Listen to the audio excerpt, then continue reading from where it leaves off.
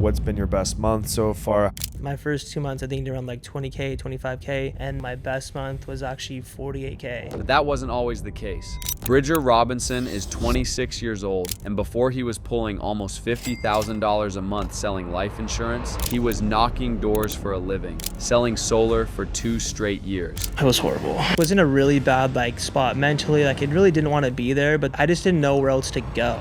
In this episode, Bridger exposes his entire sales process, the exact word track he uses to flip clients who already have coverage, and how he turns dead leads into $48,000 months. Major keys, I would say, and is gonna make it or break it. What are your quick tips apart from being quick? So there's 2 things in particular. Welcome back on today's episode with Mr. Bridger Robinson on the All-Star Academy podcast. This is your host, Ronnie Buchica, filling in, co-host for Mr. Wiley Hawkins.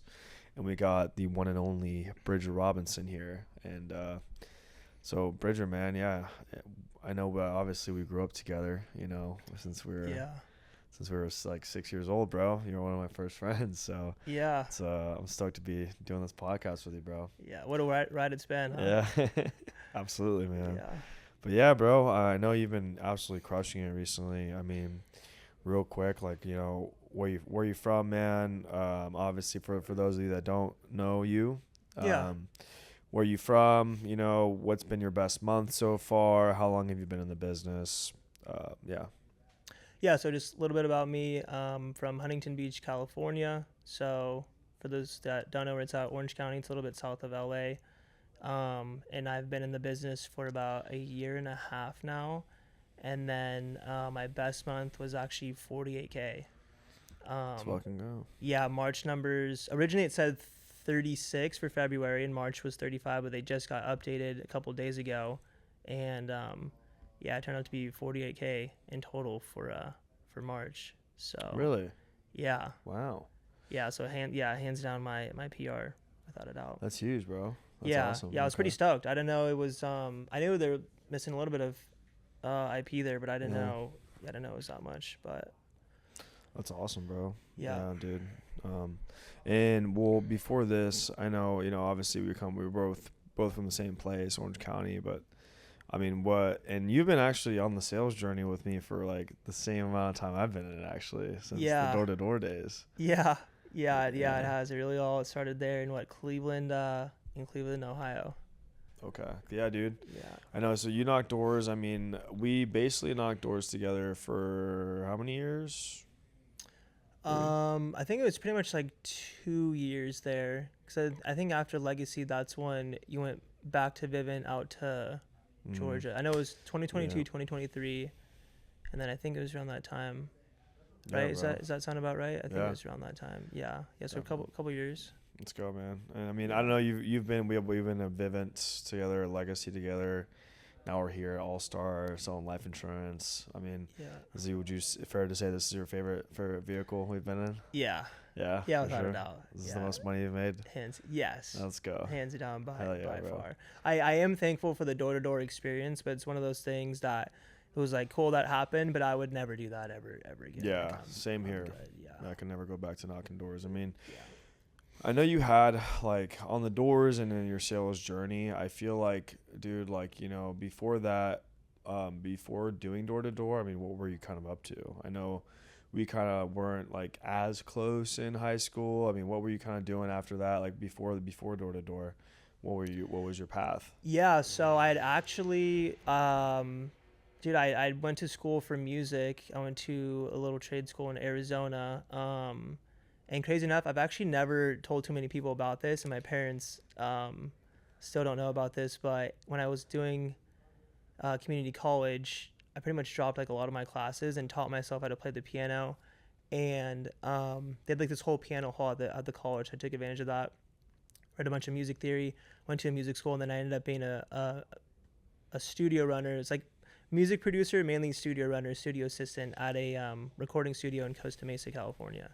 So, I thought my life was made. I was like, okay, cool, perfect. I went to school, did all that, and then got the studio gig, and worked there for about a year or two, up until COVID. then moved out to Texas because, with COVID, the whole entertainment industry shut down, right? Like everything was done, everything was closed. So I think the studio's still up and running now, but at the time I was like, my bills haven't shut down, right? They didn't stop. So I ended up moving out to Texas, and then I was working at an Amazon warehouse for like a couple months, and then That's what it was. Yeah, it was Amazon. Yeah. And then and then I don't know if you remember, but I had sent you my mom randomly sent me a picture, and it was you and I at Wild Rivers. I don't know if you remember that. It was like water park. Oh yeah, dude. And it was when we were like 5 or 6 or something. Yeah. And I just thought it was funny, and I was like, dude, look at this, and I sent it to you, and then like we were kind of chopping it up, and then you're like, yeah, dude, I'm gonna do this door-to-door thing and sell like alarms. You're like, what are you doing? Got him. I go, yeah. And I was like, dude, yeah, it was a very vulnerable point in my life. Yeah. Sure. And I was like, dude, dude, I'm not doing anything. Like, yeah, let's do it. Sure. Like, I'm down. Let's run it. And then, that's awesome. Yeah, rest is history from there. You were my first recruit, bro. Yeah, we've been in sales 7 years now, bro. Since then, honestly, wait, almost 7 years. Yeah. Is it really? I think I think we just finished year 6. Yeah, I think sales. you're right. Yeah. Yeah, dude. I mean, yeah, Holy let's come knock doors in Ohio. That's Yeah. awesome. Yeah, bro. But I mean, I know that your dad was a hard ass, and I knew your mom and everything. But I mean, how for those that don't know, of course, I mean, how was it growing up for you? For you, and what was your relationship with money? I mean, I know you're making money now, but how was it for you growing up with it?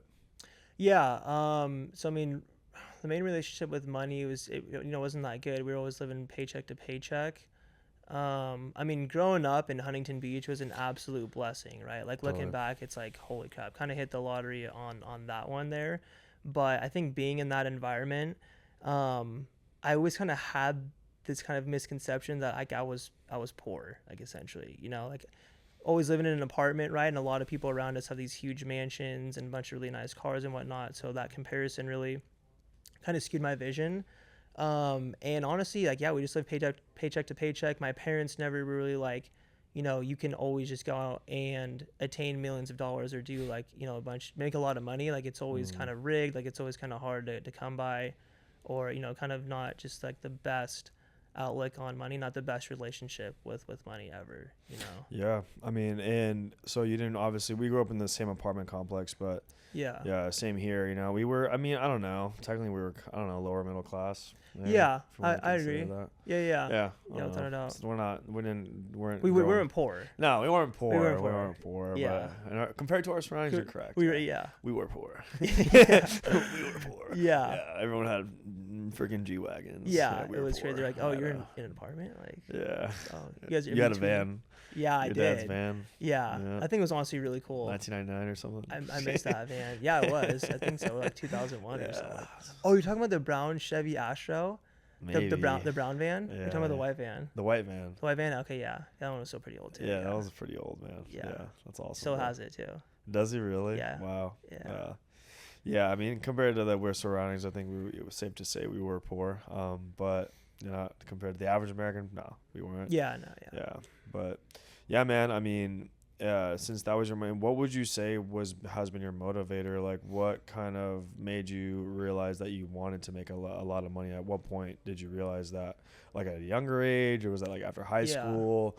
Like when you're like, hey, dude, like I want to freaking grind. Like I want to do doing sales is like freaking. I feel like crazy. Like, you definitely have to make the conscious decision to do it because it's like so hard, and I think it's a lot of work. Yeah. But at what point did you ever have that realization? Like, I want to make a lot of money. Like, what was that for you? Honestly, I want to say pretty much since like day one. Maybe since I was like 8 or 9 years old, I was always like, dude, I have to make it out of just an apartment, right? Like and especially since my parents, I always saw them living paycheck to paycheck. We didn't always have the nicest things in the world. I think that was pretty much since day one. I've always wanted to kind of go after it and just really see what's possible, like have no limits and just keep going. Totally, man. Yeah. I think I feel that. Yeah, since a young age. I think it like definitely helped that we were both like surrounded by like a lot of money. I think it. Yeah.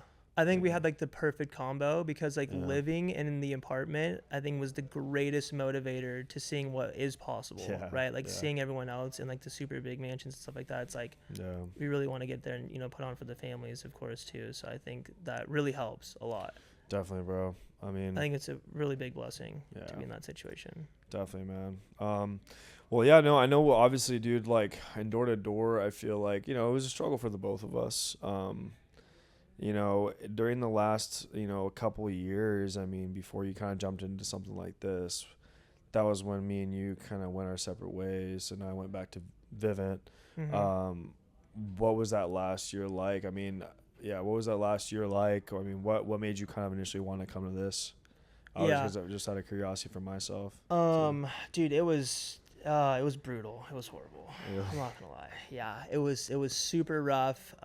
Just wasn't a really bad like spot mentally. Like, it really didn't want to be there. But the main problem was like I just didn't know where else to go, and like I still had bills and whatnot. So it was like kind of making that transition was kind of a tough commitment to make, because it's like if I go somewhere else, obviously I'm gonna have to wait to bring in money, and then the bills are gonna be behind. And it's like, so I was just kind of reluctantly still there. The market was down pretty bad, and yeah, it was tough. It was a really tough year, but I still wanted to be in sales. Like, I really liked the idea of, you know, communicating with people, you know, trying to help people out, and, you know, obviously the idea of being 100% commission. Like, the idea of going back to an hourly job, just like, there's no way.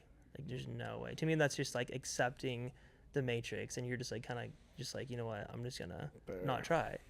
You know, and I think you should always try. I think you should always go for it. So, seeing this opportunity, obviously, you know, you were crushing it and whatnot, and the virtual aspect of it too, at the time was honestly really, really attractive. I kind of liked the idea of that you could kind of do it wherever, and so the system and the, you know, how it was kind of broken down for this, I didn't have to go door to door. That really kind of, that really got my attention. And you know, solar market, it's just kind of on its way out. You know, Yeah. I mean, not to like talk down or talk bad on it or anyone that's still in the industry, you know, I hope they're doing well. I hope it's, you know, going well for them. But for me, it was, you know, it just wasn't kind of really working out. So yeah, I was definitely looking for another opportunity, and yeah, this one seemed like the best one. Let's go, dude. Yeah, I know. I mean, coming from the doors, I mean, how was that transition for you in the beginning? What would you say, like, compared to the doors? Yeah, honestly, it wasn't that bad. I didn't do horrible my first couple months there. I think that fresh transition from the doors to the phones, I was like pretty excited and really grateful to finally kind of get out of that situation, that it kind of helped me do as well as I did. And so yeah, at first it was pretty smooth, but I didn't really capitalize on that, and then that's when it kind of stalled out a little bit. Yeah. But I don't think that, just to answer your question, yeah, I don't think the transition was really that bad. It was pretty smooth, and you know, I enjoyed it. I mean, what was the biggest, like, I don't know, learning curve for you? I mean, coming from the door to door, I mean, obviously I can speak on mine. I spoke on mine, but what was it for you? Like, what was the biggest learning curve for the difference? Oh, just like trying to get the skill set and everything and figure it out. Yeah.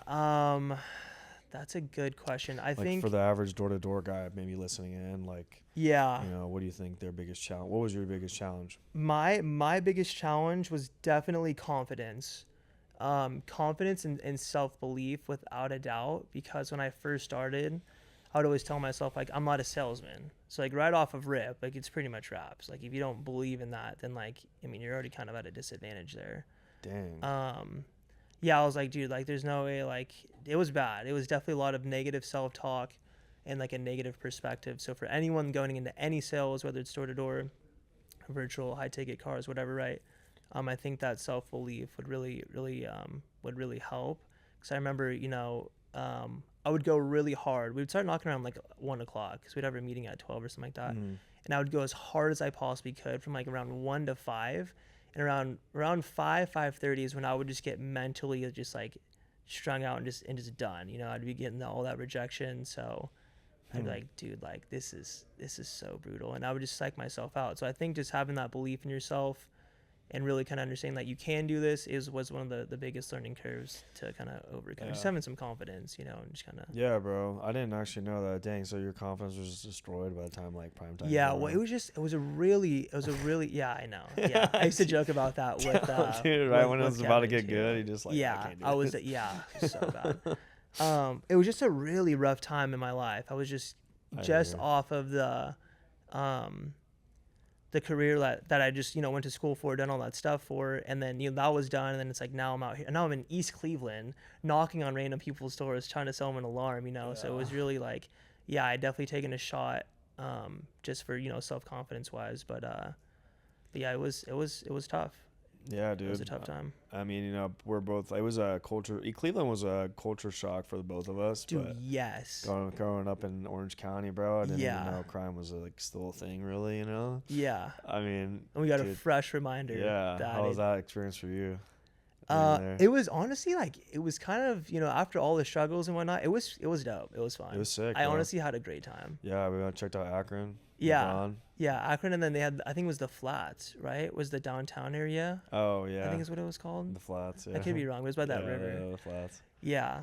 It was it honestly for what it was there was always a lot going on, and it was pretty fun. I had a good time. I think it was crazy to see like all the neighborhoods and where I Akron know. and the East Yeah. Cleveland and like just how like Mind blowing. crazy Yeah. some people live. You know? And it was just like a regular day-to-day thing for them. Like they just like, Yeah. this is just what it Crime is. rates Like, through the roof. through but- the roof. Yeah. Like cops wouldn't even go to a certain area, you know. Yeah. It's like, they can have it. Like it's Yeah, dude. it's theirs. But I mean, luckily we're doing virtual sales now, you know, so we don't have to deal with that Yeah. anymore. But Yeah. yeah, man. So, but I mean, coming into this, I know honestly, bro, like you did have a little bit of a slower start, you know. Your first, I would say, I don't know. You've been here like a year now, right? Yeah, a little bit, about a year and a half. Okay. A little bit more. And coming into the business, I mean, you had your start wasn't too bad, but I just feel like you went through certain trials and like tribulations and had like some setbacks. And Yeah. I feel like it kind of always you never really quite reached your full potential up until like, or really started, you know, producing at a high level up until like semi recently. So, I mean, walk us through that. I mean, why did that occur? Like, why did it take so long to get to where you are? What'd you say? Yeah. Well, honestly, after convention, that really, really helped. And a convention of 2026? Yeah, convention of this year, yeah. Because I went to the very first one in 2025, and for some reason that one didn't hit as hard as clearly, obviously, as this one did. Yeah. So that's what really helped change a lot, and it kind of ties back into the self-belief. To be completely honest with you, after seeing that whole, I remember specifically that this one panel, and I want to say there was like 15 or like 20 people up there, and they were going down person by person, like, you know, what'd you do to get to Hall of Fame production and have a, you know, a pretty good sized team that's doing all these numbers. And they're like, honestly, like I just stayed consistent, I believed in myself, and I posted on social media, you know. And it's not like they're doing like these huge Mr. Beast videos with all this production. Like there's like, I just grabbed my phone, started recording, and, you know, I have a lot of that success off of, you know, social media. And so after about like the 15th person said pretty much the exact same thing over and over, I was like, you know, well, maybe I could probably do that. You know, maybe I should probably, you know, try that out. I mean, they're, at the end of the day, you know, they're a human being just like I am, you know, and it's not like they had like this huge practice or background in recording content, you know. So it's like, if they can make it happen, I think, you know, I can too. So it really kind of reinforced or really put in a self-belief that I didn't have prior to going there. Dang, dude. So like you'd say that you like basically attributed like all of the success like just from like kind of going to convention and getting confidence from seeing other people win. Yeah, I mean, I can't contribute all of that to it. I mean, you're not going to get around just practicing the objections, practicing the script over and over and over again. Because at the end of the day, I mean, you can say the right things, but as you and I both know, it's not, you know, necessarily what you say, it's how you say it, right? Totally. So that's another thing that really helped me out, was kind of boosting the confidence. Was, you know, now I could close down a lot more, I had more conviction. I just had more confidence in myself. I could like put up more of a fight, And since I already had the tools from practicing from that year, I mean, I read the script over and over and over again, you know. Now I could, yeah, a lot of practice. Yeah. So, but I mean, no matter what you do, you're never really going to get around practice and hard work, right? So I do want to attribute some credit to, practice. Yeah, dude. Practice as well. What was your first 90 days like? And yeah, what was that first 90 days? Yeah. I mean, dude, like I said, it wasn't horrible for me coming from solar. You know, I didn't really make too much great money there. I made some decent money the first 2 months, and then where I really blew it is I just didn't reinvest it back into the business. I was going through a really hard time, so I was kind of paying off some, you know, just taking care of some personal stuff. Personal stuff. Yeah. It was, it was a tough time.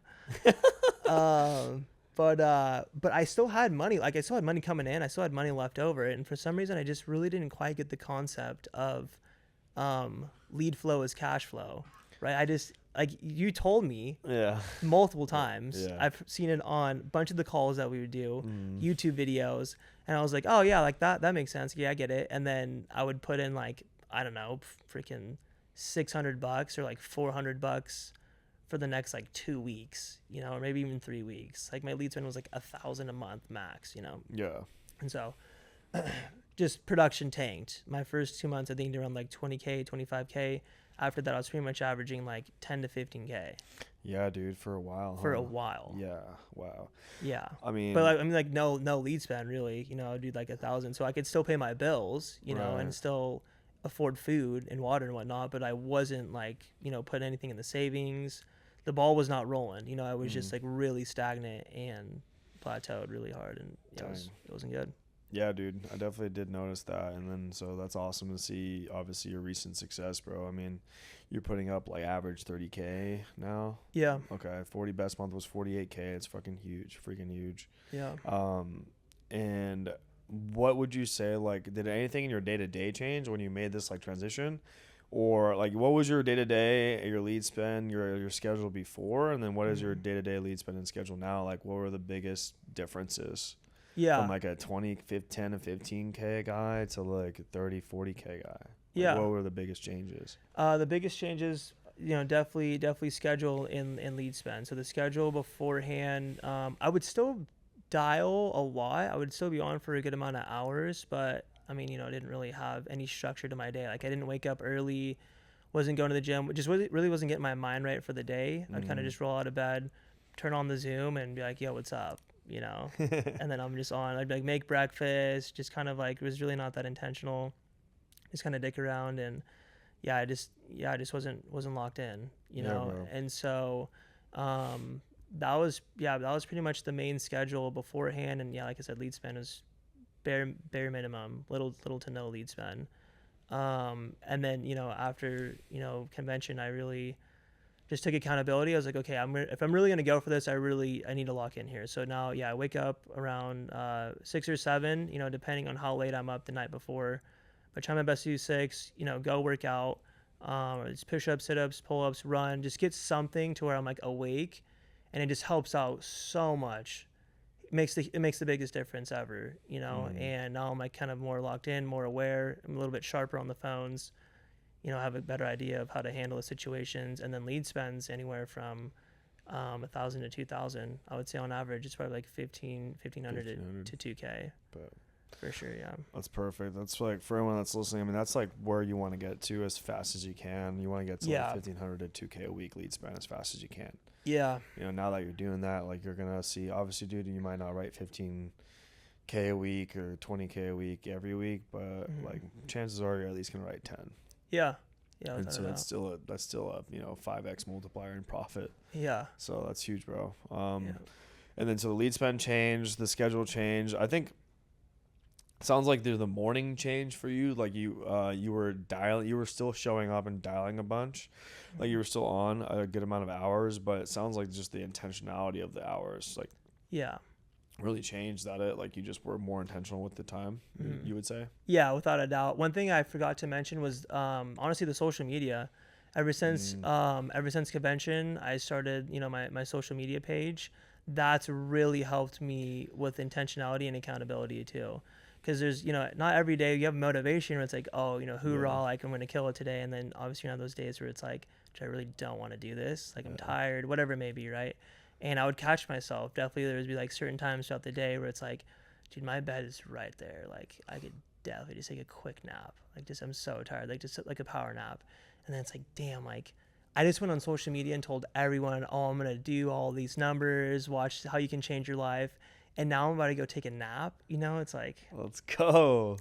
Can't be doing that, No. So yeah, it's helped. That's helped a lot. That's amazing, bro. I think like social media is so underrated in certain points. Yeah. Like, yeah, it really is. Like it can be such a tool of accountability, like it was for you, bro. I mean, honestly, it's amazing. Like, genuinely, to see the transformation in real time, it's been crazy, bro. Like, I feel like you've gone from like just kind of like, just kind of thugging it out, for lack of a better term, or doing the sales career, just kind of thugging it out, into just kind of turning a switch, bro. All of a sudden, just like developing into a top producer, man. So that's huge, bro. And I mean, would you say like, it sounds like it's just mindset is the biggest attribute to that, like confidence? Yeah, mindset, confidence, obviously practicing, and then specifically in this business, lead spend. Like you definitely, like with all the things I listed prior, I mean, I could have all that, but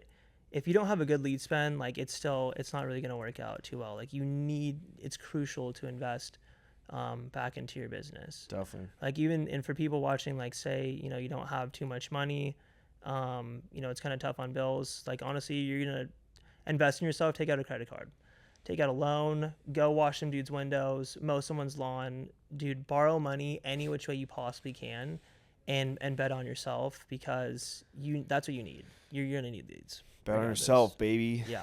Just go. Yeah. Just go for it.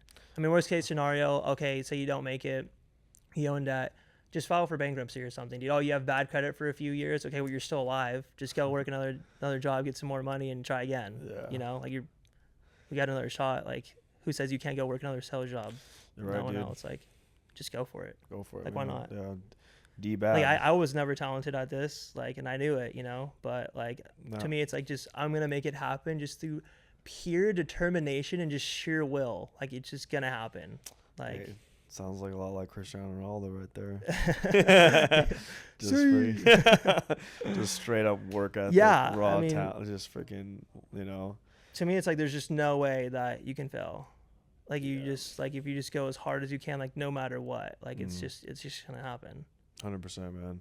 I mean, I think that's like something I've realized, where every time, if you just always bet on yourself, like truly, and you just give it 100% of something, you're always going to come out on top, from all the risks that, we've collectively taken. Like, it's always proven true. You know? So yeah, I couldn't agree more. Yeah, man. And like, you bet on other people, you bet on a bunch of other things all the time, but all of a sudden now it's betting on yourself, and you get nervous and you get scared. It's like, dude, that doesn't make any sense. Like, you're right. You gotta, believe in yourself, bro. Yeah, 100%, man. Make it happen. So. Well, dude, I mean, like, obviously you're closing on a high level now. I mean, what would you say like your best part of the script is? Like, where do you think you're the best at? Best part of the script, I go back and forth on this. I've gotten a lot better at the intro objections, and then when it comes to closing them down as well, like that, I need to think about it. I've gotten a whole lot better at that one as well too. So I would say those are my two strongest points. Okay. Is intro, because that's where I used to struggle a lot, was the intro objections. Those would take me out all the time. So that's helped me out a lot. Let's go, bro. So yeah, the intro. So I mean, let's just take me through that. Take me through the intro there. I mean, if we take it from the top, man, you're doing what kind of leads are you doing right now? So I'm actually doing trucker IULs right now, but I mean, I literally just bought a batch on what's today, Thursday? I bought them yesterday. So just for the sake of this, I'll say final expense, because that's like my main book of business, and that's what I'm most strong at, and that's what I'm most comfortable at. Is age final expense, the $4 ones on Go, and then I'll sprinkle in some premium final expense ones. Okay.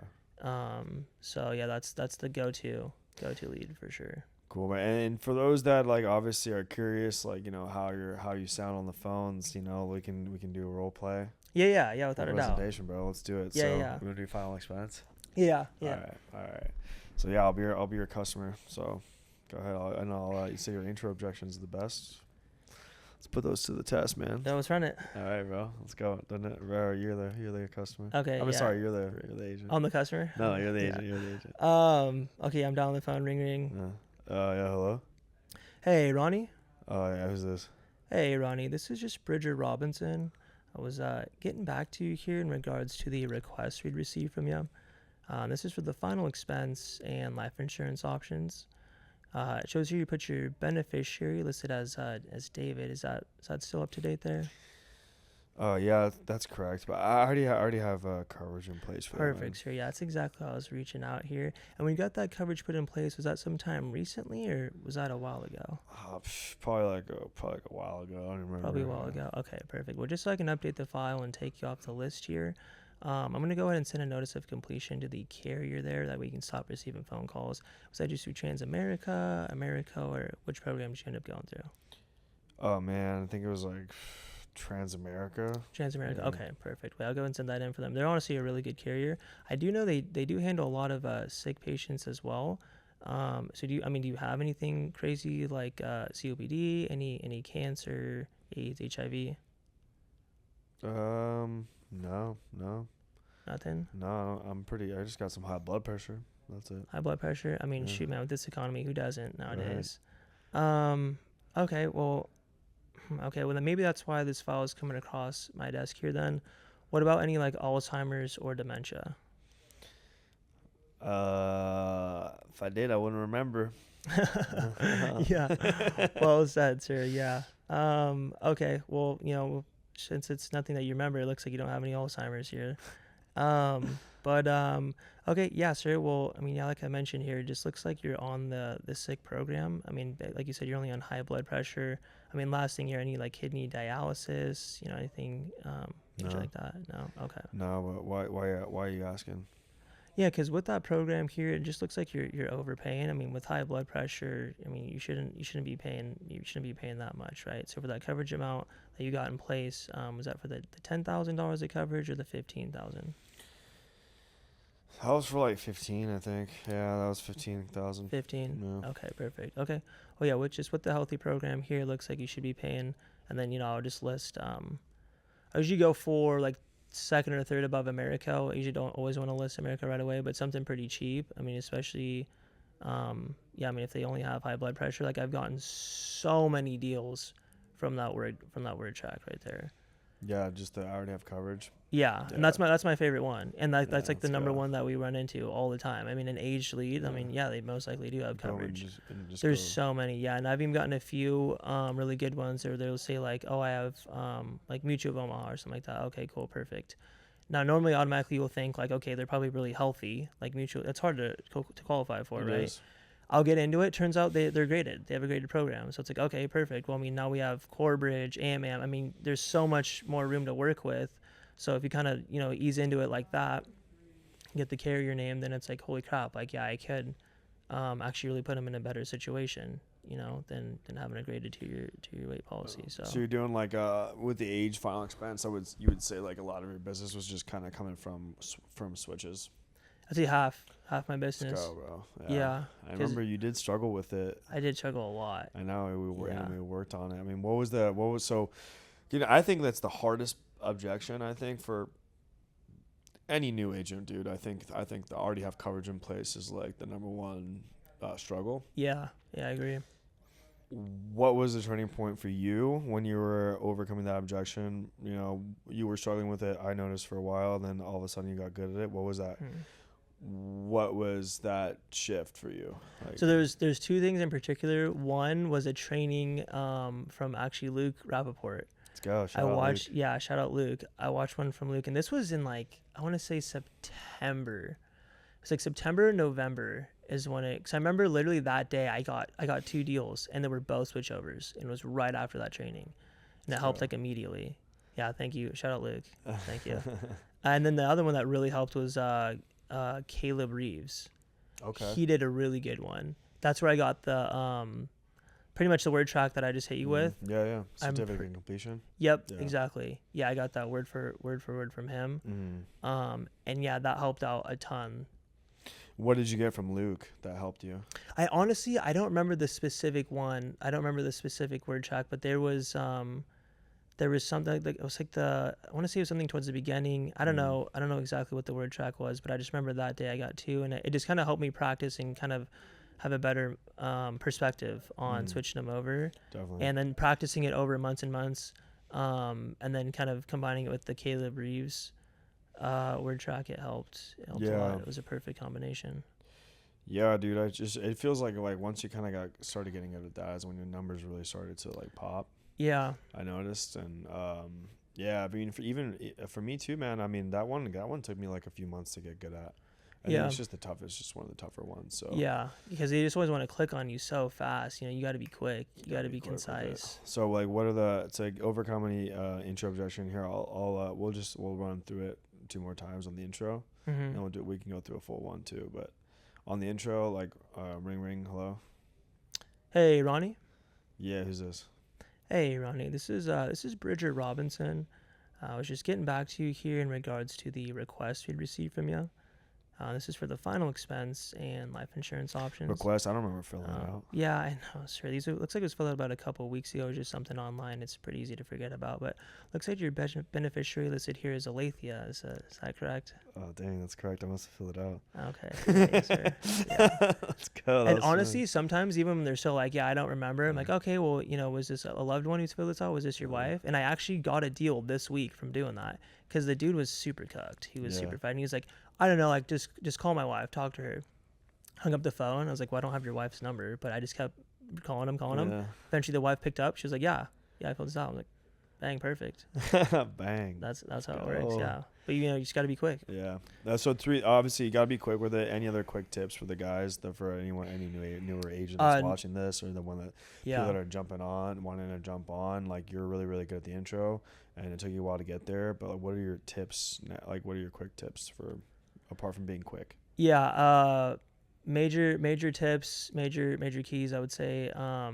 Assumptiveness. Be really assumptive, and tonality. Your tonality is gonna make it or break it. Because if you're sounding, one, like really not that confident, or if it's like really loud and you're kind of all over the place, it's like, okay, telemarketer, I'm done. But if you just kind of sound like, I try to go for the medical underwriter vibe, right? Just really really calm, really mellow. Just like, I don't really care if you do this or not. This just came across my desk. I'm just here to get it taken care of here. What are you looking to get covered?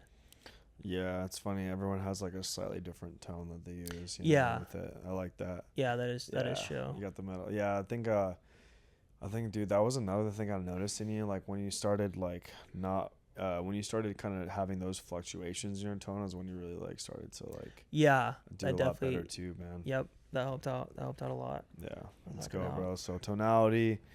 Don't sound all over the place. Be quick with it. Be assumptive. Be very assumptive, because that was another thing that would take me out. When I was first starting, I already have coverage in place. And I'm like, okay, well, do you want more or something? Like, it wouldn't work. But you'd be like, okay, cool, perfect. So I'm assuming, like most requests, you're just looking to add on something additional, or you're looking to compare rates with what you already have. Just assume. Or, I'm assuming, you got that for the burial. I'm assuming you're looking to add on for the inflation, just whatever it is, right? I assume, insert the blank, something that makes sense. Just keep it rolling, and just kind of say it, with some confidence, like what you're doing, and get some pretty responsive. Bang. Yeah, man. So just kind of go through it with a full presentation. Let's just take it from the top, and we'll go through it. Like top to bottom, we're going intro down to the close. I mean, or do you want to like present numbers? Yeah, so presentation of the numbers. Yeah. Yeah. Okay. So let me think here. Okay. Ring. We just get off of the. Let's just take it on the top. I'll be a little easier. Okay. Ring. Yeah. So. Yeah. Hello. Hey, Ronnie. Yeah. Who's this? Hey, Ronnie. This is Bridger Robinson. I was just getting back to you here in regards to the request we'd received from you. It's just for the final expense and life insurance options. I noticed here you listed your beneficiary as Alethea. Is that correct? Yeah, that's correct. Okay, perfect. And then I noticed here you put your date of birth as August 9th, 1954. Is that right? Yeah, that's right. I'm kind of busy though. Yeah, that makes two of us, sir. I'm super backed up as well, so I'll make this pretty quick for us. Now, was your main concern, like most of the requests we receive here, were you just looking to leave a little bit extra behind to your family there, or do you just want to make sure your final expenses are taken care of? Probably just cover my final expenses. Yeah. Final expenses, okay. Gotcha. Now, it's a little bit of a morbid question here, sir, but have you thought about whether you're to be buried or cremated? I want to be buried. I mean, cremations for, I don't want to go to hell, Yeah, yes, sir. Great. Couldn't agree more. Okay, perfect. And then do you roughly know how much a burial goes for nowadays? Nah, no idea. No idea. Okay. So on average, a burial goes for anywhere from around 10,000 to 20,000. Mainly just focusing on the fanciness of the casket, the opening, the closing, and the transportation of the body. So with that being said, I mean, now does your wife? I mean, is she currently in a financial situation to cover those final expenses, or is that kind of why you're looking into this here? I mean, she could probably do it, maybe. Maybe. Yeah, maybe. Okay, no worries, sir. Well, I'm guessing you just want to relieve that financial burden from her. That way, she doesn't have to worry about it at all. Is that correct? Yeah, that's correct. Okay. Because, at the end of the day, you never truly know the financial situation someone's going to be in when that time does come. Is that fair to say? Yeah, that's fair to say. You're right. Yeah, that makes sense. yeah, without a doubt. And, honestly, sir, God forbid if something were to happen to you, say sometime tomorrow, would she kind of, have to dip into the savings, or maybe you start a GoFundMe, or, what would that kind of look like for her? Probably one of those GoFundMes that I always see. GoFundMes, yeah. I know those are kind of popular nowadays, but yeah. Okay. Well, perfect, sir. And then, lastly here, do you have a current life insurance policy already? I know you said you might have a little bit in the savings there, but anything that will kind of help take care of I just got that savings. I got something in the savings. Yeah. Okay, perfect, sir. Well, then just to clarify then, so since you don't have anything as of today, to specifically cover those final expenses here, your main goal is just to put your wife in a financial situation to where you don't leave that financial burden behind for when you do pass away. Is that correct? Yeah, that's correct. Okay, perfect. And then now, have you looked into something like this before? Is this your first time here? Oh man, I probably looked at it. I think I've looked a couple times. I've been looking. A couple of times you've been looking around. Yeah. Okay, perfect, sir. And then when you're kind of taking a look at that, were they quoting you around the $200 range to the $300 range, or what were you kind of seeing? Yeah, probably like $200. $200. Yeah. Okay. Crazy. Okay. Yeah. No, that is a little steep there, sir. Well, just to give you an idea with these kind of programs here, these were specifically designed for people, especially on a fixed income, like Social Security. That's me. And disability. Oh, you're on a fixed income, sir? Okay, perfect. Well, looks like you are looking at the right programs here, and I'm sure we should be able to help you out here, because the odds of us finding you something cheap and affordable are pretty common and are pretty strong. That's awesome. Okay, so with that being said here, and then shoot, dude, I honestly forgot the next part of the script. Read the script, huh? Yeah, I do. Oh, okay, now I remember. Okay, so now with that being said, sir, just to build a rough budget for you, are you currently working or retired? I'm like, I'm retired. I'm on fixed income. Retired on a fixed income. Okay, gotcha. Well, I got to be honest with you, sir. I can't wait to say that one day. Yeah. And I've been working towards that my whole life here. And then you don't have to be exact here. Just a rough estimate works. But what would you say you bring in per month? Just as a ballpark. I don't know, maybe 2,000. Maybe 2,000. Okay, perfect. And then any sort of major rent payments or mortgage payments? No, I live with my daughter. Live with your daughter. Okay, Yeah. well, perfect. That's a blessing. Any sort of major car payments or car insurance? I paid off everything. Okay. Yeah. Perfect. Well, that's better than most Americans nowadays, sir. So that's good to hear. Yeah. Okay, now I know this one can be kind of a doozy for some people, but what's an average grocery bill look like for you per month? Probably like $800 a month. $800. Okay, gotcha. I know inflation's getting crazy nowadays. Okay, and then what, like a phone, internet bill? I mean, all in all, probably like everything's like $1,000. $1,000. Okay. Yeah. Perfect. So at the end of the month, yeah, once you take care of all your bills, Maybe and 1,200. groceries and whatnot, fair to say that you're typically left with around $600, $500. Yeah, you could say that. Somewhere around there. Okay. Perfect. So my job here is not to add an additional bill. Essentially, what we're really looking to do is just kind of shift or reallocate some of what you're already saving, so that no matter when that day comes, then your Alethea is financially protected. Okay. And so now, with that being said, there is 2 discounts you may qualify for. Number one, are you a smoker or non-smoker? I am a non-smoker. Non-smoker. Yep. Okay. Perfect. So it looks like you do qualify for that discount here. And then for the second discount, we do have a bank partnership program. So certain banks do allow me to apply an additional discount. Now, I do see that you are here in the state of Texas. Do you bank here in the state of Texas? Yes. Yeah, I bank here in Texas. Okay, perfect. So I'm going to go ahead and pull up the state discount list here. Now, we do have a bank partnership with like Chase or Wells Fargo. So is that like a local bank here? Or do you have like a credit union like a Navy Federal or USAA? Navy Federal. Navy Yeah. Federal, okay. Perfect. Well, I do know off the top of my head, we do have a discount with them here. So congratulations, you did qualify for both the discounts. So we'll get you a lower premium for the monthly. And then for all of your medical needs, do you go to just like a regular physician, or do you have like a VA doctor? Just like a normal physician, but Normal physician. we can skip to the health. Okay. Yeah. So I asked me health. All right, yada yada yada. All right, what's after the health questions? Benefits.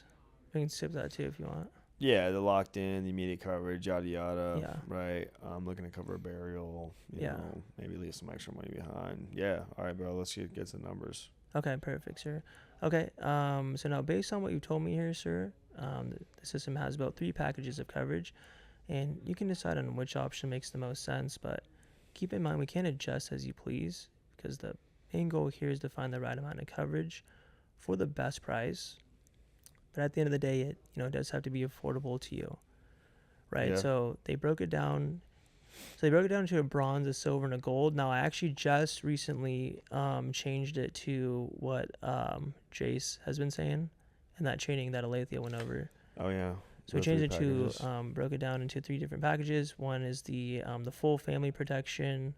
2 is the standard family protection, and then 3 is the essential package. So I've been trying that out. I think how's it going? I think that's really good. I like it a lot.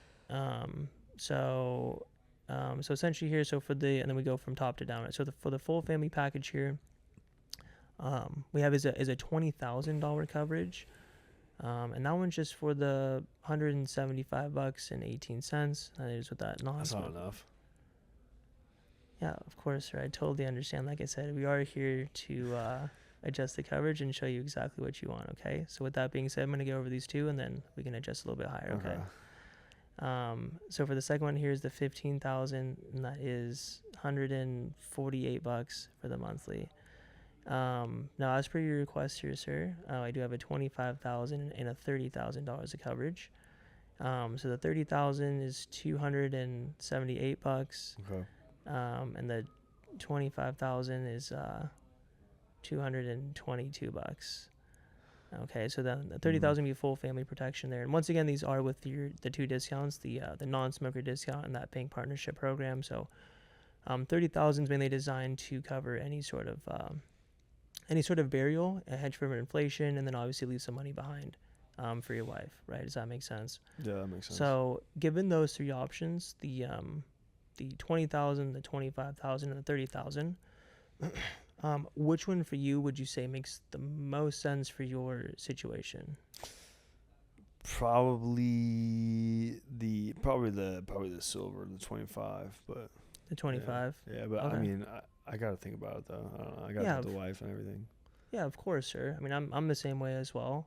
I mean, at the end of the day, your wife is the beneficiary on the policy, so I definitely don't want to get you in the doghouse or anything like that. And at the end of the day, the carrier has to think about it as well. So just so I have the proper information pulled up for the next time that we do speak, when you are thinking about it with your wife, is that mainly, just which option to go with? or whether to get the coverage at all. Probably just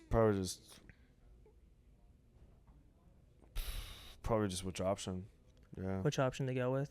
Okay, gotcha. And you deciding more between the 25 and the 30, or the 25 and the 20? Probably just the 25 and the 20. 25 and the 20. Okay, perfect, sir. Well, I noticed, at the beginning of the conversation, you mentioned you don't have anything. You have a little bit of savings, but nothing for the final expenses. Is that correct? Yeah, that's correct. Okay. And then you did mention that, you do have roughly $500 to $600 left over per month. Is that correct? Yeah, that's correct. Okay. So do you mind if I make a professional recommendation? Go for it. Okay. So I've been doing this for 5 years, and in my experience here, I professionally recommend just doing that first package, that 20,000, just starting off with the bare minimum. That way we can accomplish 3 things here. One, you can kind of really get a good idea of the approval status and really kind of see if you can get your foot in the door with the carrier. That way you can really know if this is going to be a good option for you. 2, that way you can have that policy package shipped out to you in the mail. And, that way you can have something physical and tangible in your hands. And, you and your wife can really look it over and really make that educated decision on whether if you should keep it at 20,000 or increase it to the 25,000. And then 3, this way you will have at least something in place. That way, God forbid if anything were to happen to you, in the meantime, then your wife, would be covered, because like I said, sir, I've been doing this for 5 years, and tomorrow's not promised, right? I mean, we don't have a crystal ball. We really don't know what's going to happen. So, does that kind of make sense? Yeah, that makes sense. Can you just send it in the mail? Yeah, of course, sir. And that's the main purpose for this phone call and for this application here. Okay. So what we'll do is we're going to send in a request for coverage. And just go in. Nice, dude. Good job. All right, bro. And then we'll just do social and banking. Just skip to social. So, fast forward to social. Okay, sir. And for the Medical Information Bureau, they're going to validate your health records and make sure our conversation does align accordingly. Go ahead with the social, please. I don't feel comfortable giving that out. Yeah, perfect, sir. And I totally understand. So all the health records and prescriptions are tied to the Social Security number. So like I mentioned, that is just going to how they validate, that we are telling the truth here and making sure that, we're not trying to pull a fast one on the insurance carrier. Does that make sense? Yeah, I guess so. Okay, perfect. Yeah, so just go ahead whenever you're ready. All right. 99999. Yeah. All right. And then banking. Okay, sir, and so it looks like for the routing number here, we have auto-populated. It's the 121074074. So do me a favor and, no rush. Take your time. But if you can go ahead and grab a checkbook for me or a bank statement just to verify, and just let me know whenever you're ready. I don't have that. Okay, no worries, sir. So I personally have Wells Fargo, and, we have the mobile banking app that helps me out. Keep track of all my transactions and deposits. So do me a favor and just go ahead and pull that mobile banking app up for me real quick. If you have any issues, I can kind of walk you through it. We have a pretty good helpful guide here. I know the phones are kind of tricky nowadays, but yeah, take your time, no rush. Okay, I gotcha. I just don't really feel comfortable giving that out. Yeah, I totally understand, sir. Now, the main reason why they ask for that there is because that is going to, kind of like how they validate the health records with your social, same thing as how they're going to validate your bank and make sure it is in good standing and it's not, a negative or closed out, or that you just have like a direct express card or anything like that. Does that kind of make sense? Yeah, that makes sense. So we're not looking to charge anything as of today. Just want to make sure we get this pushed through and approved for you, okay? All right. Okay. So whenever you're ready. Yeah. But 1, 2, 3, 4, 5, 6, 7, 8. Okay, perfect. Yeah, boom. All right. Let's go, bro. Cool, man. So, with that being said, though, I mean, like on the day to day, I know, like obviously, man, like you're working a lot of dials. Like you got better at the intro. What is like? Are you still tracking your dials, the prezzies, the numbers, or like how is your day typically structured? Is it just like, apart from working out in the morning, like what's your dial day like? Yeah. So hit the phones 9 to 9, right? Start off with Eastern. Right off rip. Unless I have an appointment. Other than that, it's always Eastern. I'll rip those. I usually have a good amount of Eastern leads, so I usually rip them anywhere from around 9 to like 4 in the afternoon, evening, whatever you want to call it. and then rip my Central all the way till that time to 8 o'clock, and then go from West Coast from 8 to 10. Recently just been really busy dealing with a bunch of, recruiting, social media stuff. So I've been, usually down until around like 8:30 or 9. But yeah, West Coast anytime after 8.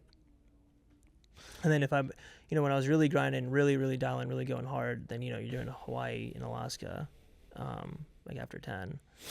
And go to like 12 or 1 or 2 or whatever.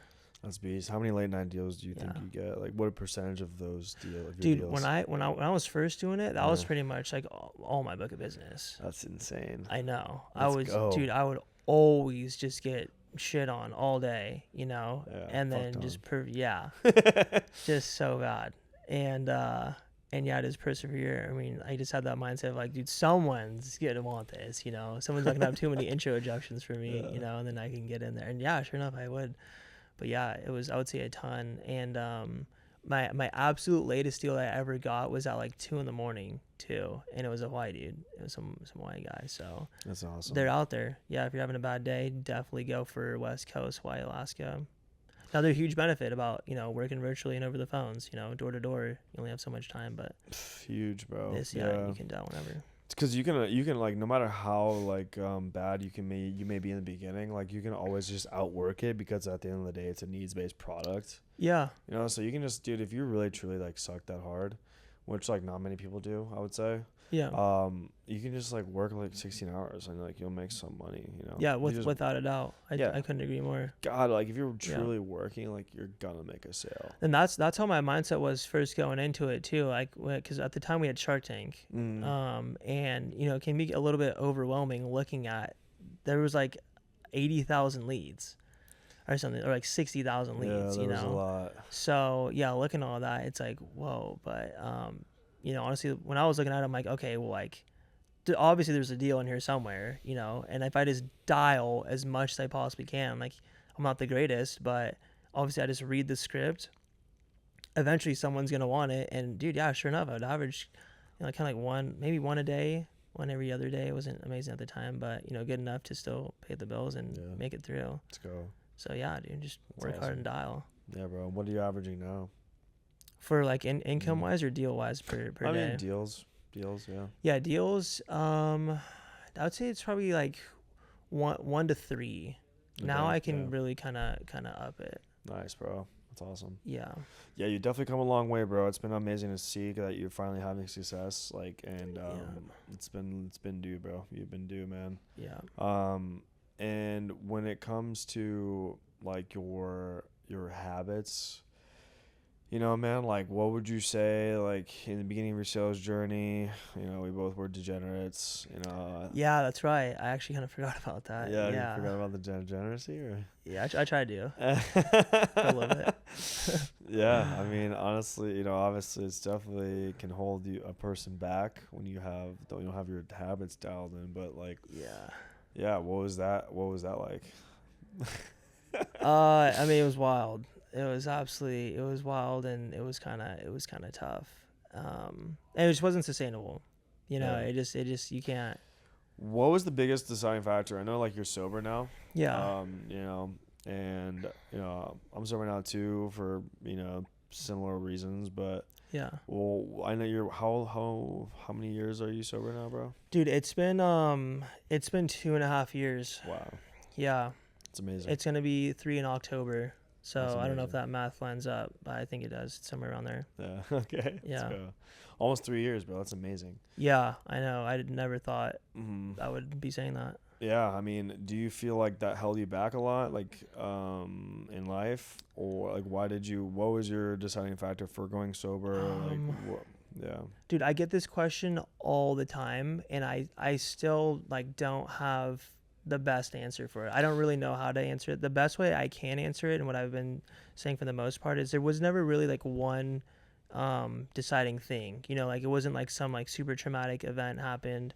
It was more like a bunch of traumatic events happened. Yeah. But yeah, in all seriousness, walk us through each one. What did that feel like for you? Yeah. How did that make you feel? Yeah. No, it was just a lot of just BS. But it was the straw that broke the camel's back. Essentially, it was just reason after reason after reason to stop. Yeah. And my biggest thing was, when I was young, I was like, I'm never gonna do that, right? I'm never gonna do drugs, drinking, anything like that. I was really locked in with sports. Like, as you know, I really like soccer. Growing up, I had a talent for soccer. I was pretty good out the gate. So I was like, this is what I'm gonna do, and obviously I'm not gonna mess that up and drink and smoke. So I'm gonna stay locked in. Obviously, it didn't go that well, clearly. So once the success wasn't really doing too well, I was like, screw it. I'm just gonna start drinking, and I'm gonna go as hard as I possibly can until I'm 24. That was the main thing for me, right? I was like, I'm gonna stop once I'm 24, and then I'm gonna lock in, and I'm gonna be a millionaire. Yeah. Dang. And then there I was 26, just going just as hard as ever. Like, just was not slowing down, no end in sight, And I remember I'd actually bought an ounce of weed the day before that I went sober, and I bought an ounce of weed, and I don't know, dude. I just woke up that morning. And I was like, dude, like, I'm sick of this shit, bro. Like, I'm just nowhere where I want to be, right? And I don't even think I had a car at the time, because I totaled my car that year. Didn't have a car, barely had any money, didn't have a girlfriend. Like, I had nothing, know? Wow. And so I was like, and then I was like, oh, okay, well, you know what? After, I'm going to smoke this ounce of weed, and then I'll be done, because I just bought an ounce. Like, why would I, like, waste that? I think that'd be stupid. But then I was like, no, you know what? If I smoke that ounce, if I smoke one puff of that, I'm not going to quit. Like, there's no way. Yeah. Like, there's no way I smoke an ounce of weed and then be like, oh, okay, now I'm going to go sober. Like, what? Yeah. Like, that doesn't make sense. That's like, and drug addict math, and degeneracy no, that makes algorithm. sense to me. Yeah. Fellow drug addict. Yeah. Oh, let's do an 8-ball and I'll quit. Yeah. Dude, what? Just which one drink? Yeah, just one drink. Just We're not gonna beer. do anything crazy. Yeah. Yeah. And so, I just I quit. I even had the bong and the kush in my house for forever, and I just ended up, like, homies would come over and I would sell them like a dime bag here and there, but it was kind of like a testimony to my. You're the FBI selling drugs. So statute of limitations. Yeah. But we got him, boys. Move on in. Oh my God. But it was like a testimony to my will and, like, my self-discipline to have it around and not smoke it or do it. I could look at it and be like, I'm like, yeah, I'm not going to do it. Like, because I mean, when I was younger, I had a good amount of self-discipline. I was really locked in. I even had, like, my own little diet. Like, I would run, work out. I played on a bunch of soccer teams. I was doing running and whatnot. Like, I was honestly really focused and really dialed. And, like, no one really taught me that. Like, my dad, yeah, he was a hard ass. He really kept me in line and kept me in check. But, like, I mean, he didn't create, like, a diet for me or tell me to run a bunch or, stay disciplined and practice a bunch. Like, I don't know where it came from, but I always had that instilled in me. And then I really just lost that way. I really kind of lost touch with that. And so it was kind of like, I mean, do I still have it? Like, you can't lose yourself, man. At the end of the day, you got to have yourself, So that was another big deciding factor, and really what really helped me go sober. It's like, okay, like, can I lock back in? Can I do this? Like, do I still got it? Yeah. And you went sober, bro, and then, like, it's still kind of like, it's like, I feel like the success was like still delayed. Yeah. Like, why do you think that was? Like, what, like, was it again just dating back to just, like, the mindset, like, confidence? Yeah. You think that's what 100%. Okay. I did not like it. I didn't believe in solar. Really? Yeah. I didn't believe in it. I could not sell it to save my life, bro. Damn. That's why I would always, set the appointments. Dude, the second I get in there and look at those numbers, I'm like, dude, this makes absolutely no sense, bro. Like, I know what to say. And, I mean, like, gun to my head, like, yeah, I could probably do it, but there was no gun, know? And, dude, I mean, I eventually, like, I got in a really, really bad spot. I didn't have it in me, bro. I could not do it. I did not have, I was going to say conviction. Yeah, I guess. I mean, for lack of a better term, I did not have that conviction to sit there. Because, dude, a solar, I mean, that's like an hour, 2-3 hour appointment thing. It's not like life insurance, where you can just call up the phone. Sometimes it's like a 20 or 30 minute thing, bing, bang, and you're done, right? You're done. No, solar, I mean, knock the door. And I'm like, dude, like, I'm just like, I can't sit there and just make this person like me and lie to him for like 3 to 4 hours and just screw them over just for money, bro. I couldn't do it. I'm not saying like that's what everyone does, but at least, you know, in a situation that, you know, I was in, for a lot of the people, you know, yeah, it did not make sense, man. Yeah, bro. It wasn't that good. So, yeah, dude, so like I said, I didn't know what else to do. So I would just kind of kept sending the appointments there, and yeah, I just had no conviction, and no confidence in the product. And so that's what I really, really like about this is that, you know, I mean, like it helps out families. You know, taking out a $50,000 loan. Yeah. Right, you're sending them a little life insurance policy, and, you know, God forbid something happens to them, then their family gets paid, you know, a bunch of money or some money, you know, depending on the policy, and like that, like, Yeah. that I can get behind. Truly is like more so making a difference. Yeah. You just like more so stand behind the product. So I mean, even though like you got sober, which is like what a lot of people's like main issue was, like for like holding them back.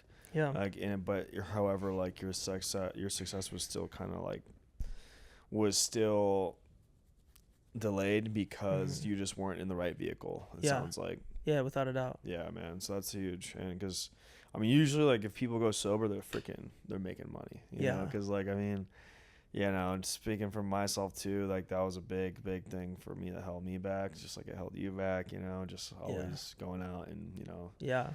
Yeah, no, it's definitely, you know, it's super kind of funny and ironic too, is at the time when I had gone sober, the best year in sales that I'd ever had was that first year in solar. And that was one of the peak degeneracy years. Yeah. I had one of the hardest years I'd ever partied. Yeah. And that year in Dallas. Yeah. Yeah. That was the hardest I've gone to. Yeah. And I honestly, dude, I was hands down, because we only worked like 6 months. And I honestly, I made some pretty good money. And so honestly, dude, if it wasn't for the lack of income, if it wasn't for all the hard times, I'd probably still be partying. I don't think so. You know, another part of me thinks is like, in the straw that broke the camel's back, but maybe, you know, it was God or some divine intervention or something. You know, it was something definitely more than I can explain or really put to words, because yeah, man, like, the sober thing didn't really quite make the switch right away, but yeah, it was definitely, that's huge mentality. Yeah, dude. Well, you're a freaking beast now, and it's like only just starting for you. Realistically, you finally, you know, like sobriety was something, not being sober was something that was holding you back. Now, then it was just being in the wrong vehicle. Now you're in the right vehicle, and then you just had some minor setbacks with kind of understanding the full fundamentals of the business, the lead flow, the confidence, mastering the intro. Fast forward to 1 year later, you're now doing 30 to 50K a month. IP, dude, so obviously, you know, this been a huge difference now in your income and everything. How's your, like, since you've joined All Star, man, how do you think it's impacted your life? Would you, like, how has this impacted your life? Yeah, and I mean, in the best way possible. I mean, like, just mentally, financially. You know, I was never too involved religiously, but, you know, this has definitely helped me kind of get to the right path with that. So I mean, just about in every aspect, it's helped a lot. Yeah. And, you know, this is only the beginning. You know, we're just getting started. And you moved here. You just moved here. That's awesome. Yeah, that's right. I almost forgot. Yeah. So that's crazy. Yeah. So what is it? I think it was like 2 or 3 weeks ago, right? It was when we did the lock-in, or like 3 or 4 weeks ago, something like that. Was down here for a couple weeks. It went really well. I had my best week actually ever in production. And then I went back to Fort Worth, is where I used to live, was there for like a day or two, and I sold everything and left and moved down here immediately as fast as I could. I went back there and was like, dude, I can't be there anymore, bro. Like, I can't do it. Yeah, it went so well. I loved it so much that I'll never forget. I think it was on Tuesday. I woke up, started dialing for a couple hours. No, it was on Monday. It was the first day actually of the week. I woke up, dialed for a couple hours, and was like, screw this, bro. Put down my headset, picked up my phone, and started taking pictures of all my stuff. Threw it up on Facebook Marketplace for like the low. You know, I'm like, I need this out right now. Yeah, went to my manager. I just signed a lease a month ago for a year, and I signed it in March. It was March 10th when I signed my new lease.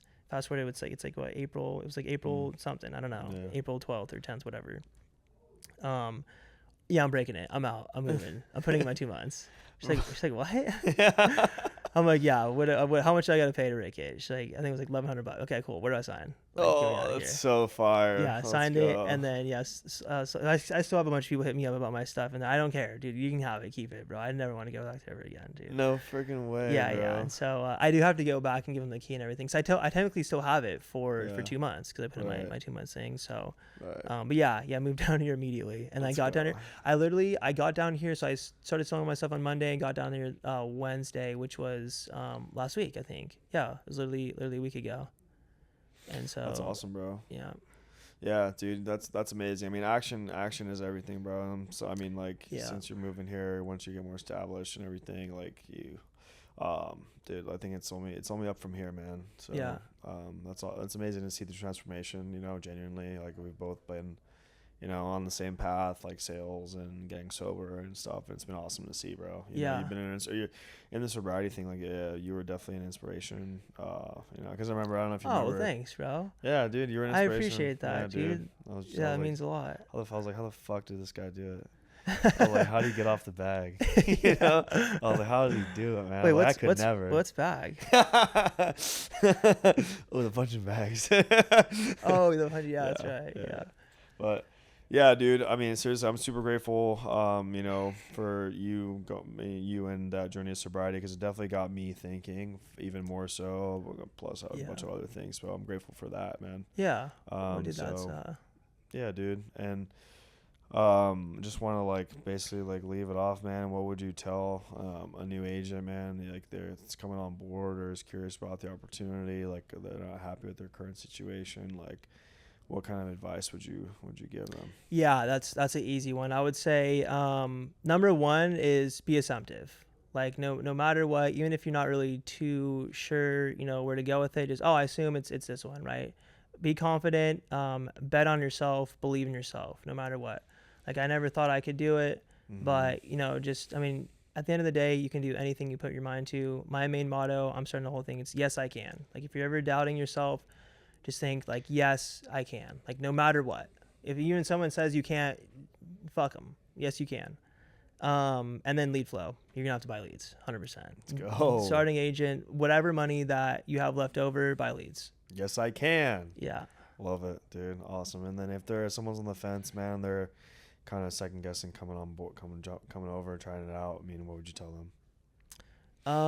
I mean, dude, worst case scenario, you go back to where you're at. Best case scenario is you become a millionaire and change a bunch of people's lives and retire your family. Well, freaking said, bro. Let's Yeah. go, man. That's awesome. Well, B Rob, I mean, where can people find you, man? I mean, where are you at nowadays on Instagram? So it's SEAL Team Sales. Is my my business page there. So SEAL Team SEAL Team. Sales. SEALTEAMSALES. Let's go. SEAL Team Sales, baby. And then personal is Bridger Rob, but yeah, Instagram and YouTube and TikTok, SEAL Team Sales. Bridger with 2 R's, right? Or no. My personal one is Bridger Rob. It's my full name is Bridger Robinson, so I just shortened it Bridger Rob. Boom. Yeah. Awesome, bro. Well, dude, thanks for jumping on the podcast, man. Yeah, I mean, thanks for having me. Yeah, dude, of course. It's been awesome being able to co-host for my first time. So if you guys liked it, please like, comment, subscribe. You know, we'll be back next time. Maybe I'll be the host, maybe I won't be. Definitely be a new guest, but you'll see my face, you'll see Wiley's face. Who knows? We'll see you next time. Tune in to find out. Yeah. Boom.